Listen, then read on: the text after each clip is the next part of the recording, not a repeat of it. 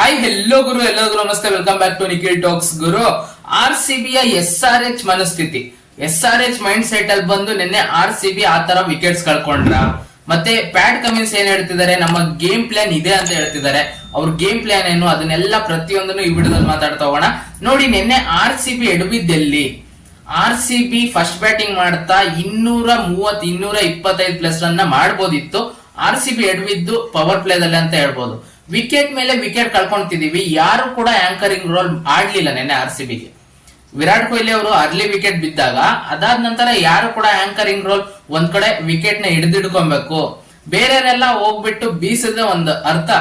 ಎಲ್ಲರೂ ಕೂಡ ನಾವು ಬಂದ ತಕ್ಷಣ ಬೀಸ್ಬೇಕು ಅನ್ನೋ ಇಂಟೆಂಟ್ ಅಲ್ಲಿ ಬಂದಿದ್ದು. ನೋಡಿ, ಇಂಟೆಂಟ್ ತುಂಬಾ ಮುಖ್ಯ ಆಗುತ್ತೆ. 200-250 ಪ್ಲಸ್ ರನ್ ಮಾಡ್ಬೇಕಂದ್ರೆ ಇಂಟೆಂಟ್ ಮುಖ್ಯ ಆಗುತ್ತೆ. ಅದೇ ತರ ವಿಕೆಟ್ಸ್ ಇರಬೇಕು. ವಿಕೆಟ್ಸ್ ನಾವು ಒಂದಾದ ನಂತರ ಒಂದು ವಿಕೆಟ್ ಕಳ್ಕೊಂತ ಹೋದಾಗ ನೋಡಿ, ಪವರ್ ಪ್ಲೇದಲ್ಲಿ ನಿನ್ನೆ 3 ವಿಕೆಟ್ ಕಳ್ಕೊಂತೀವಿ RCB. ಅವರು ಚೇಸ್ ಮಾಡುವಾಗ ಅವರಿಗೆ ಟಾರ್ಗೆಟ್ ಗೊತ್ತಿತ್ತು 170 ರನ್ ಅಂತ. ಅವ್ರು ಕಳ್ಕೊಳೋದು ಕೇವಲ 1 ವಿಕೆಟ್. ಆ ವಿಕೆಟ್ ಮ್ಯಾಟರ್ ಆಗುತ್ತೆ. ಇವ್ರು ಒಂದಾದ್ಮೇಲೆ ಒಂದು ವಿಕೆಟ್ ಕಳ್ಕೊಳ್ತಿದ್ದಾರೆ, ಮತ್ತೆ ಅದೇ ಇಂಟೆಂಟ್ ಅಲ್ಲಿ ಆಡಕ್ ಹೋಗಿ 169 ರನ್ ಮಾಡಿದ್ದು. ಇಲ್ಲ ಅಂದಿದ್ರೆ ಖಂಡಿತವಾಗ್ಲೂ 230 ಮಾಡಿರೋರು. 230 ಮಾಡಿದ್ರೆ ಅದು ವಿನ್ನಿಂಗ್ ಸ್ಕೋರ್ ಆಗೋಗಿರೋದು. 200 ಪಾರ್ ಸ್ಕೋರ್ ಅಂತ ಅಂದ್ಕೊಂಡ್ರು 30 ರನ್ ಎಕ್ಸ್ಟ್ರಾ ಬೇಕೇ ಬೇಕು. ಚಿನ್ನಸ್ವಾಮಿ ಸ್ಟೇಡಿಯಂ ಅಲ್ಲಿ ಡಿಫೆಂಡ್ ಮಾಡ್ಕೊಳೋದು ತುಂಬಾ ಕಷ್ಟ ಗುರು. ಚೇಸ್ ಮಾಡೋರಿಗೆ ತುಂಬಾ ಅಡ್ವಾಂಟೇಜ್. ಡ್ಯೂ ಇಲ್ಲ ಅಂದ್ರೂ ಕೂಡ ಒಂದು ಒಳ್ಳೆ ಅಡ್ವಾಂಟೇಜ್ ಇರುತ್ತೆ ಚಿನ್ನಸ್ವಾಮಿ ಸ್ಟೇಡಿಯಂ ಅಲ್ಲಿ. ಎಜ್ಜಾದ್ರು ಕೂಡ 6-4 ಎಲ್ಲ ಹೋಗುತ್ತೆ.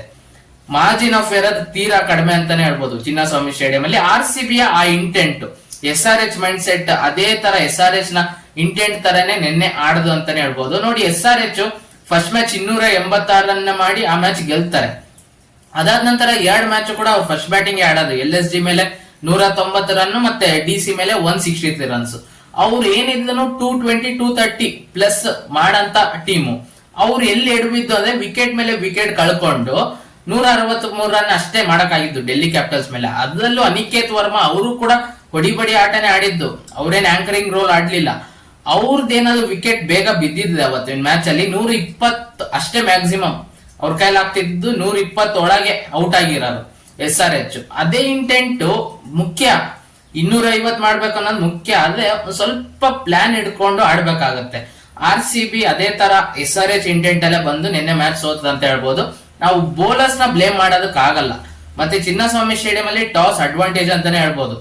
ಇಲ್ಲ, ಟಾಸ್ ಸೋತಿದೀವಿ, ನಾವು ಫಸ್ಟ್ ಬ್ಯಾಟಿಂಗ್ ಮಾಡ್ತಿದೀವಿ, ನಿನ್ನೆ ತರನೇ ಆದ್ರೆ ಮುಂದೆ ಮ್ಯಾಚಸ್ ಈ ತರನೇ 230 ರನ್ ಮಾಡ್ಲೇಬೇಕಾಗತ್ತೆ.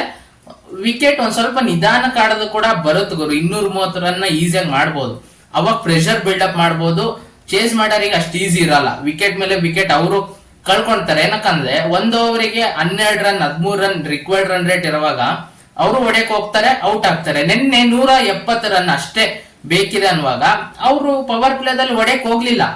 ವಿಕೆಟ್ಸ್ ನ ನಾವು ಕಾಪಾಡ್ಕೊಂಡ್ರೆ ನಾವು ಗೆಲ್ಬಹುದು ಅನ್ನೋದು ಅವ್ರಿಗೆ ಗೊತ್ತಾಯ್ತು.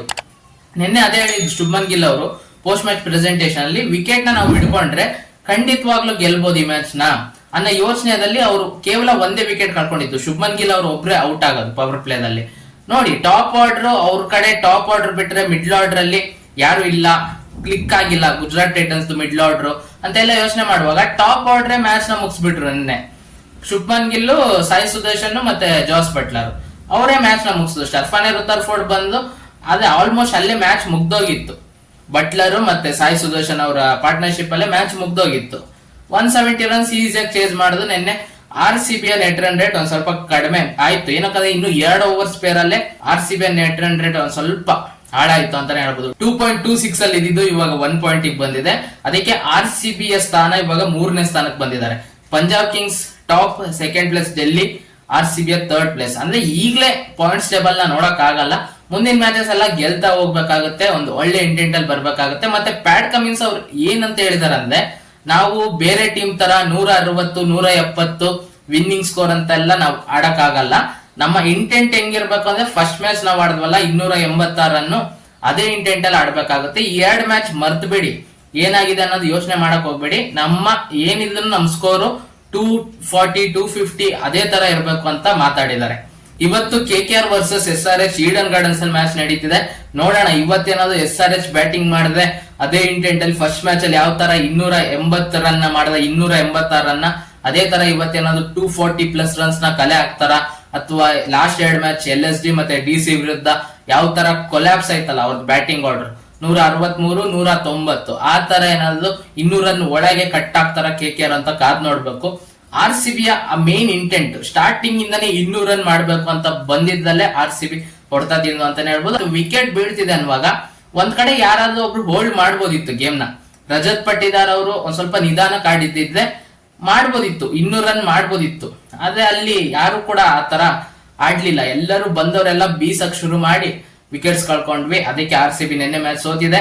ಒಂದೇ ಮ್ಯಾಚ್ ಸೋತಿರೋದು, RCB ಕಮ್ ಬ್ಯಾಕ್ ಮಾಡ್ತಾರೆ ಅಂತಾನೆ ಹೇಳ್ಬೋದು. ನೆಕ್ಸ್ಟ್ ಮ್ಯಾಚ್ ನಾವು ವಾಂಖೇಡೆದಲ್ಲಿ ಆಡ್ತಿದೀವಿ ಏಪ್ರಿಲ್ 7ನೇ ತಾರೀಕು. ಅದು ವಾಂಖೇಡೆದಲ್ಲೂ ಕೂಡ ಚೇಸಿಂಗ್ ಇಂಪಾರ್ಟೆಂಟ್ ಆಗುತ್ತೆ ಗುರು. ಫಸ್ಟ್ ಮ್ಯಾಚ್ ನೋಡಿ ಅಲ್ಲ, ಆಕ್ಚುಲಿ ವಾಂಖೇಡೆ ಮತ್ತೆ ಚಿನ್ನಸ್ವಾಮಿ ಸ್ಟೇಡಿಯಂ ಅಲ್ಲಿ ಚೇಸಿಂಗ್ ಮಾಡೋರಿಗೆ ಅಡ್ವಾಂಟೇಜ್ ಇದ್ದೇ ಇರುತ್ತೆ. ಡ್ಯೂ ಇಲ್ಲ ಅಂದ್ರೂ ಕೂಡ ಚೇಸಿಂಗ್ ಅವರಿಗೆ ಅಡ್ವಾಂಟೇಜ್ ಇದ್ದೇ ಇರುತ್ತೆ. ಅಲ್ಲೂ ಕೂಡ ಟಾಸ್ ಕ್ರೂಷಿಯಲ್ ಆಗುತ್ತೆ, ಚೇಸಿಂಗ್ ಅವರಿಗೆ ಅಡ್ವಾಂಟೇಜ್ ಇದ್ದೇ ಇರುತ್ತೆ. RCB ಟಾಸ್ ಸೋತು ಏನಾದ್ರು ಫಸ್ಟ್ ಬ್ಯಾಟಿಂಗ್ ಮಾಡಿದ್ರೆ 230+ ರನ್ಸ್ ನ ಮಾಡ್ಬೇಕಾಗುತ್ತೆ. ಬೌಲರ್ಸ್ ಆಕ್ಚುಲಿ ನಿನ್ನೆ ಸಖತ್ ಮಾಡೋದು ಅಂತಾನೆ ಹೇಳ್ಬೋದು. ಆ 170 ರನ್ ಟಾರ್ಗೆಟ್ ಇತ್ತಲ್ಲ ಅವರಿಗೆ ಕಣ್ಮುಂದೆ, ಅದು ತಕ್ಕಂತೆ ಸಖತ್ತಾಗಿ ಆಡೋದು ಗುಜರಾತ್ ಟೈಟನ್ಸ್. ಬಟ್ ಬೌಲರ್ಸ್ ಸಖತ್ತಾಗಿ ಮಾಡಿದ್ದಾರೆ. ಪವರ್ ಪ್ಲೇದಲ್ಲಿ ಭುವನೇಶ್ವರ್ ಕುಮಾರ್, ಜೋಶ್ ಹೇಜಲ್ವುಡ್ ಎಲ್ಲರೂ ಸಖತ್ತಾಗಿ ಮಾಡೋದು. ಅದಾದ್ಮೇಲೆ ಡೆತ್ ಅಲ್ಲಿ ಎಲ್ಲರೂ ಹೊಡ್ಸ್ಕೊಂತಾರೆ.